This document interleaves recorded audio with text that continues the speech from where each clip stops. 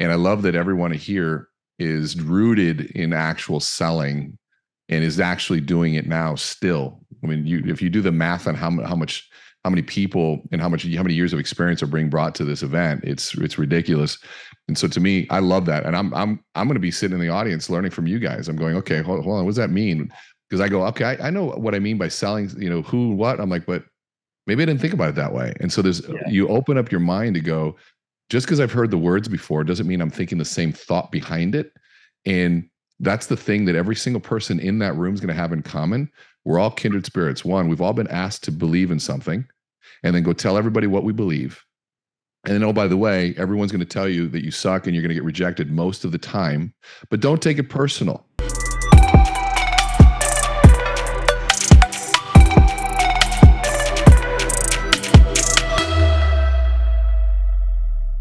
What's up, guys? Sam Taggart here with the D2D podcast. And we actually have other podcasters like Rene Rodriguez's podcast. We might have you, Bradley, Andy Elliott. They might be jumping in here in a minute. And this is going to be kind of more of a bi-directional just conversation. So Rene Rodriguez wrote the book Amplify Your Influence. He's been doing influence and leadership and sales training for over 30 years now. And it's fun because he got to start in selling door-to-door Tupperware, like cookware, and still has that cookware set today. He's like, I could still give that presentation. I was number 5 in the North America continent, and still just bragging about his accolades from 30 years ago. And it's fun to get guys on the show that have that love for the hustle and the love for the cold call, the love for that psychology. And we were joking, and the reason why we picked Rene to come to Closer School Live coming up April 28th and 29th in Las Vegas. So if you have not got your ticket, he's coming. Bradley, Andy Elliott, Cody Askins, Rene Rodriguez, and Jordan Stupar, and just a phenomenal sales juggernaut background of trainers. And we got Rene on because, there's very, very few people that go into the tactical, psychological elements. And Rene studied, what was it, neuroscience? What did you study? Behavioral neuroscience. Behavioral neuroscience. Worked for big consulting firms, helping with culture and leadership training. And it's like, he listens to some speakers, we're jamming, and he's like, look, I don't love how you can sit in an audience and not walk away with some action items, not walk away with some notes, where when you listen to Rene, you're going to walk away with actual takeaway, do this, say this, from different subliminal programming to different word tracks that you could use to actually increase your sales. And if you're not somebody investing in the actual psychology of selling and actual ability of salesmanship, then you're actually leaving money on the table. So that is why we're hosting this event. That is why we do these podcasts. So grateful to have you on the show, Rene. And thanks for being part of this, man. Oh, it's my pleasure, man. When I remember how, it's funny. I knew you through Brad, but then I didn't know. And then I saw this D2D con and I'm like, what is this? Door to door. I'm like, oh, because my passion at the end of the day is selling. I love cold calls. I love the psychology of it. I love the artistry of the beautiful salesperson. You make a decision. Hey, we're not buying anything, honey, at all. We're not buying anything. And then 20 minutes in, you're like, wait, hold on a second, honey, there might be something here. And all of a sudden you're going, hold on a second, it does that. And all of a sudden you're like, yes. And it's that beautiful communication of value. I love it. And when I saw that you were doing D2D con and I saw Jordan Peterson, I'm like, wait, hold on, I got to send this guy a message. And I sent you a message. I'm like, yeah, I'll send him a book. And I didn't get to you. And then all of a sudden, Closure School. Yeah, well, that was the second book, I think we had to send you. Okay, cool. You're getting too big, Sam. That's what it is. It went to one of your other places. So then, yeah, it was, I saw that. And then Brad, you Closure School. I'm like, and I talked to Brad and he's like, oh, let's go speak. I was like, I'm in. That's awesome. That's awesome. So what are some of the messages that you felt have really resonated with salespeople, from a, non-traditional? It's like, we hear the same kind of broken record, I feel like, a lot of times, but where do you find your value comes in that is unique? To me, I'm a combination between strict fundamentals and the science behind it.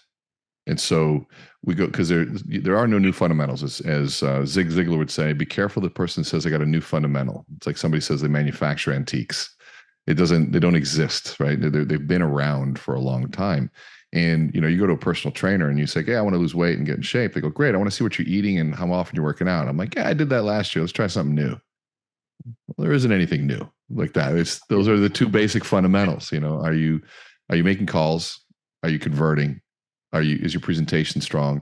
There's all those basic fundamentals. And so then we go, okay, if we know those fundamentals exist, I want to know what's the resistance to engaging in them.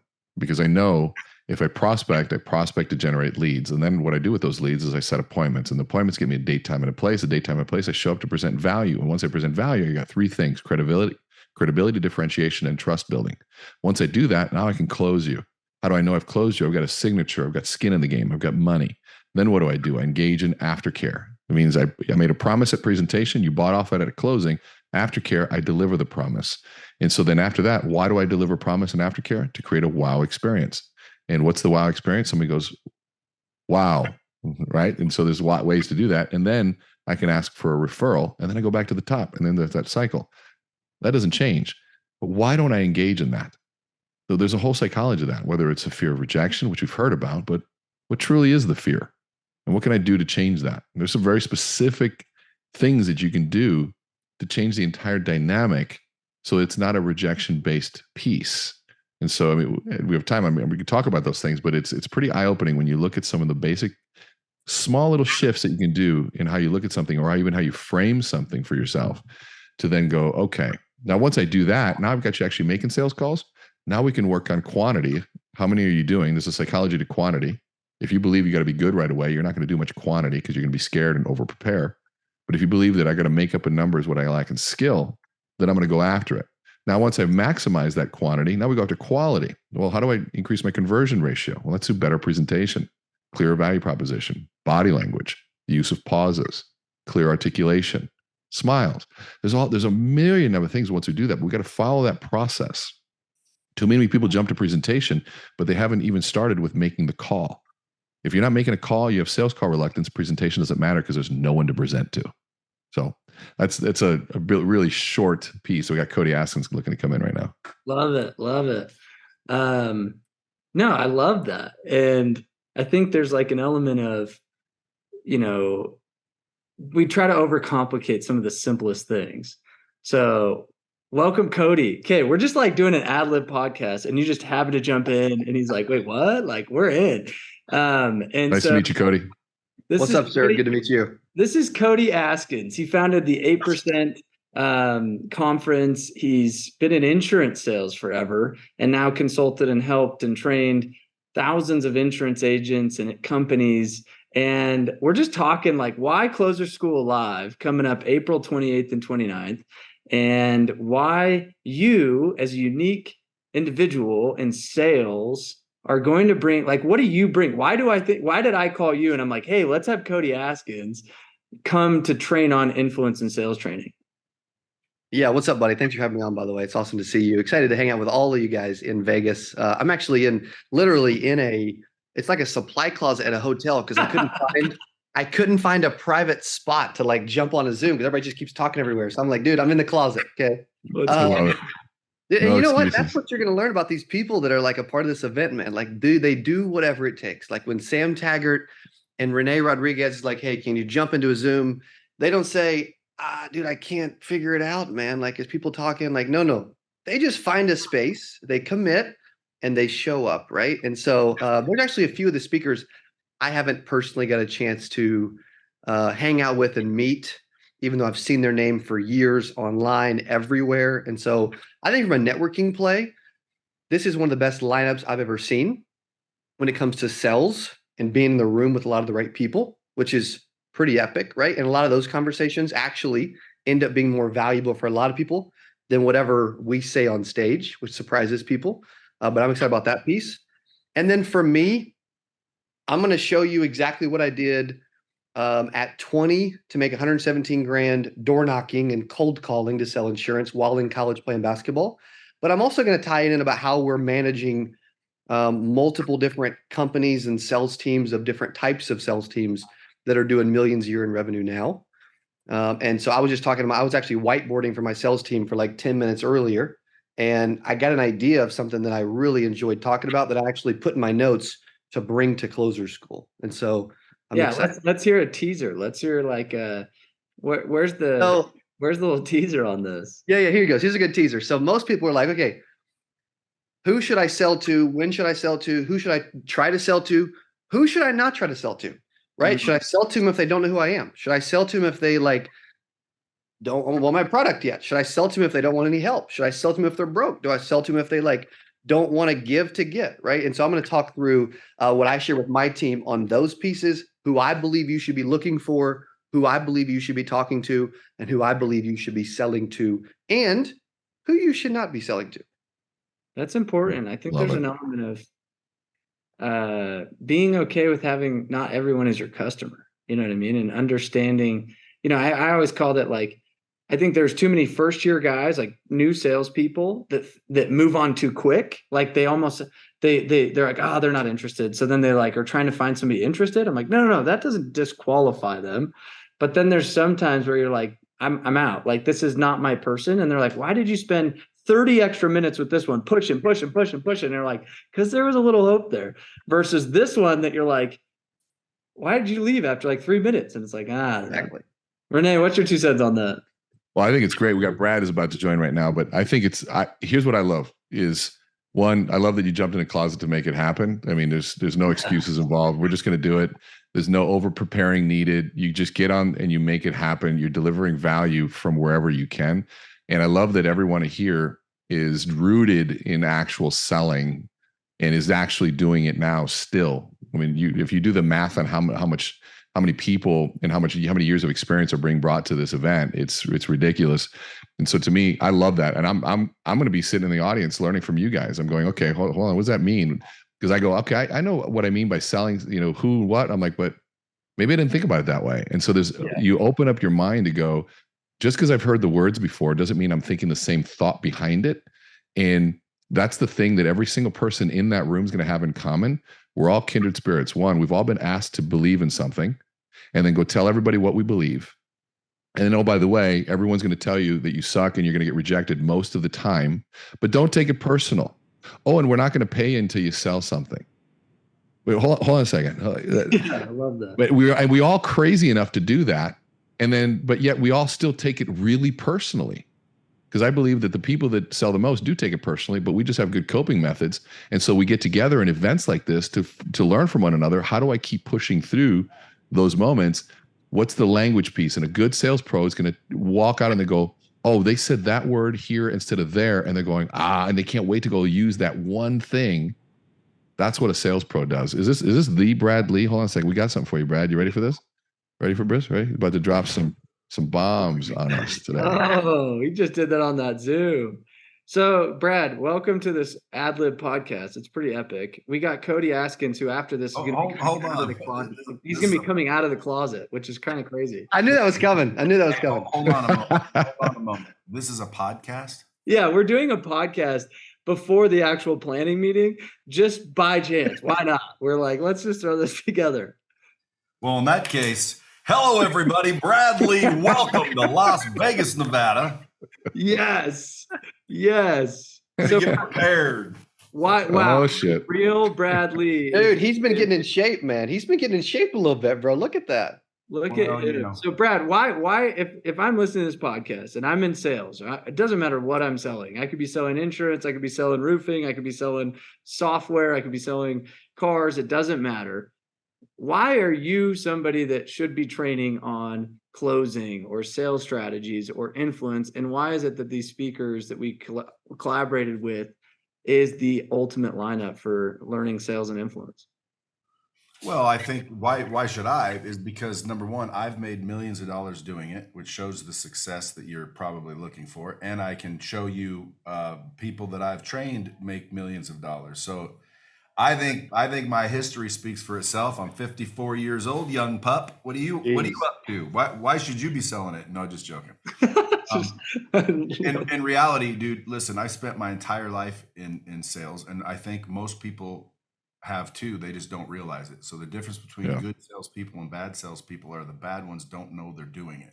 So if we can just show people that, number one, it's not a bad thing to be a salesperson. A lot of people think that it is.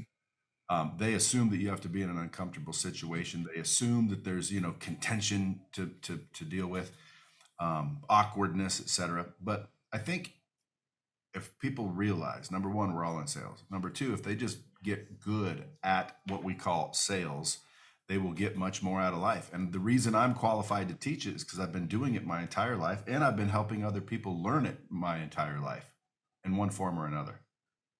One of the things I was thinking, Darren Hardy got his success because he had Success Magazine and all the people he interviewed, and he took all that information and distills it back. But Brad, you've had Lightspeed, which is all the best sales trainers in the world have come to you to capture their knowledge. And so it's almost like all that information is still even passing through you, let alone all the businesses you run that are in that. So it's like you not only have the experience, but you're also pulling from all of the people we all studied all through you, which I thought was pretty sweet. Yeah, I mean, think of how many episodes of your podcast, let alone you've done, that just interviewing some amazing minds. I mean, that alone, it's one thing. It's like, yeah, you've made your millions doing it. It's another thing to say I'm networked with hundreds of people also great at it and regurgitating. I mean, some people were like, oh, you're just like regurgitating this guy. I'm like, and like, you know what I mean? Like, that's my experience in life has been networking and consuming and learning. And I love how Rene was like, I'm sitting in the front row, listening to Cody, listening to Rene, listening to Brad, because it's like, we're all still learning. I think the person with the ego sitting there like, why should I go to that? Why would I waste 2 days? Why would I fly all the way to Vegas? I think that's the person that's going to always find that limitation. I don't want those people there. Honestly. Like, if you're sitting there thinking, why would I go? Okay, don't go. Okay, just keep sitting there wondering. I want the people that are like, listen, how do I get better? Because you're not going to be able to find an event that has anything more focused on than this one when it comes to sales. Like, all the other events are this, that, and the other thing. This is 100% sales, closing, persuasion, prospecting, all the latest and greatest techniques that have made a lot of people. NLP, it's 100% focused on sales. So if you're in the sales space and you are wanting to improve your, I would say, revenue or just overall abilities, this is something you don't want to miss. Not only that, dude, it's fun. We all do fun shit. I mean, Andy's team guarantee will start throwing people out in the who knows where lane. He's always tossing people. I'm like, yes. But listen, I brought an element of a little flavor of each, because again, sometimes Brad Lee's not someone's style. So we bring in Rene, who's like the collegiate version of Brad. And then you got Sam Taggart, who's like the freaking young hippie version of Brad. Then you got Cody Askins, who's right in the middle of both of those. We've got Andy Elliott. I mean, dude, listen, Jordan Stupar, by the way, he's actually got some really solid material. The lineup is ridiculous. I think I was gonna say, like, I've been doing this 30 years, and when I saw this coming, so I spoke 235 days last year. I asked to speak here, but just being transparent. Brad, hey, you need someone else? Like, I wanted to be part of this lineup because of the focus of what it is. And so if I'm speaking at 235 days a year and getting $35,000 each, and then I'm asking to speak, don't even pay me, I'm asking to be part of it.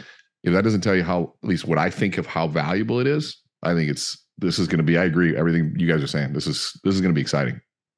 I love it. Cody was like, wait, what do I need to pay to speak? He was like, I'm in, I don't care. He's like, I'm in. I was like, what do I need to do? Like, he said to me, how much? How much? We're like, well, bro. Well, what's crazy about that is, dude, I don't think I'm on this level yet, and none of us probably do, but like, I don't think I deserve to be in this lineup. Now I'm going to prove that I deserve to be in this lineup, but initially I'm like, I don't deserve it. Well, I've seen a few of your videos, bro, and I'm like, damn, look at Cody go. Listen to that. But that's the beauty, is like, do we ever feel like that? And you bring everything you've got from a position. And I think, this is also an approachable event too. It's not those events that those people are up there, they do their hour and they're on a plane and leave. This is the event that we're all in this shit together and we're going to push through this. That's my favorite kind of event, is it's you get to connect with the audience. There's you bridge the gap between who's there and who's on stage. and then real conversations start happening, and that's where the networking starts happening, and you're learning from people next to you and people on stage, and that's the excitement is it's going to be. Hey, My whose favorite- podcast is this?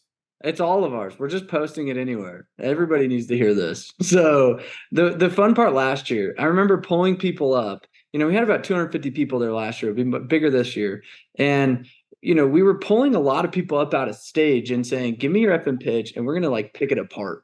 And the mantra of this event was I don't care. It was so funny. I'd never sold insurance, right? And we had some insurance guys there last year, Cody. And they asked me, they're like, Sam, if you were to sell this guy insurance, what would your thing be? And I was like, well, let me see yours. And it's like, I'd never say it like that. And he's like, what? I was like, I'd say it like this. And their jaws dropped. And they're like, oh my gosh. I was like, I just whipped that out of my butt, but I used the frameworks of different sales. I've sold a lot of different things and trained a lot of sales, but I've never done insurance, right? So I was like, okay, I'll whip one up.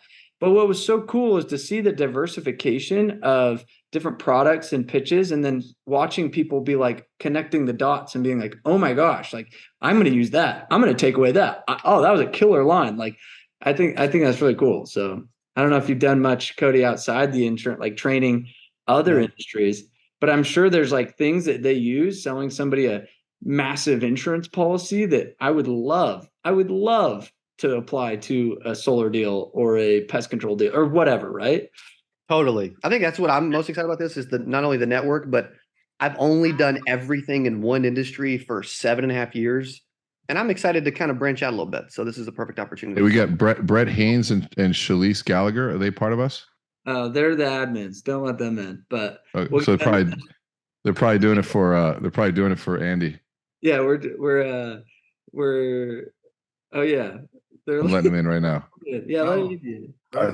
Thanks, guys. I just want to let you know, Sam. Thanks, guys, for the new, the update of everything. We're all in the other waiting room. Oh no, dude, we're in the middle of a podcast. So these are the behind the scenes marketing. Shalise is over all the vendors. So what's cool is we have a couple vendors there. So Shalise, tell us if somebody's looking to be a vendor or somebody wants to come in and network with the audience, what would that look like for them, and how do they play a part? Because go on that. Yeah, no, you're good. Yeah. So we've got one premier sponsor who's kind of going to be the main sponsor, which is Pie Syndicate. And so they paid a little extra to be the premier sponsor, but they get a booth. So what we're doing is basically we've got 9 spots left to fill for vendors. We can only have 12 vendors in there. So we're selling them for $5,000 a piece. We're giving them 2 VIP tickets, a 1-minute ad from main stage. So if they have a quick commercial or something that they can put together that we can show from the screens, we're going to do that. And then they get a 10 by 10 booth, basically with with 2 chairs and a tablecloth, and then they can just bring up whatever pop-ups or whatever they want to have at their booth. So, and they're going to be right in the middle of the audience. Well, not in the middle of the audience. They're going to be on the sides of the audience. Yeah. So there was a lot of space on the sides of the audience, and we were like, oh, we could use this and just bring people in to be vendors. So yeah, $5,000 a piece. We have 9 spots left. They're going to be in the middle of all of it all day long. I love that you're limiting the amount of vendors too. So there's not 300 vendors in there. So whoever's in there is getting all the attention. Exactly. We don't want this big trade show. We were last year we had 1 or 2, and we're let's make it to where there's only 10 spots. They're in there. It's not a trade show, but it's just people that, that maybe a tax guy, maybe a software that people should be using, maybe a whatever. If you're trying to sell to sales companies or sales reps or 1099 reps, insurance, a health insurance, Cody, you should get a 1099 insurance answer should come to this, right?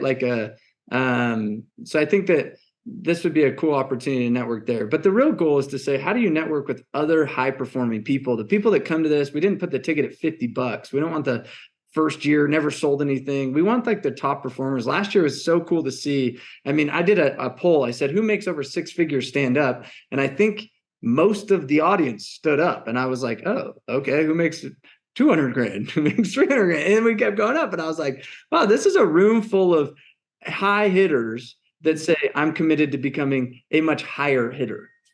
So anyway, I thought that was cool. Yeah, absolutely. And so I think that's kind of what we're trying to stay away from. We don't want multiple in the same industry. So where Price Syndicate is sponsoring, I'm not having any other tax people come. And then we've got Ciro is going to be another vendor at the event, and they do like AI sales training feedback from conversations that people are having on the door. So that's kind of where we don't want to overlap those. So yeah, like an insurance guy would be awesome. Yeah, I mean, just anyone like that would be great to talk to 1099. A CRM company. CRM company would be great. CRMs. Yeah, I mean, it's like, where do you want to network with individual investment opportunities? Like, hey, I have a fund. Those kind of things would be a good fit for the vendors.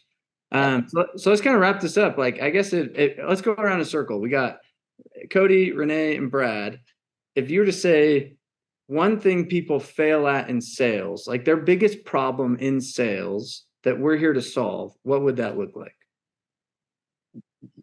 Want me to start since I'm next to you? Yeah.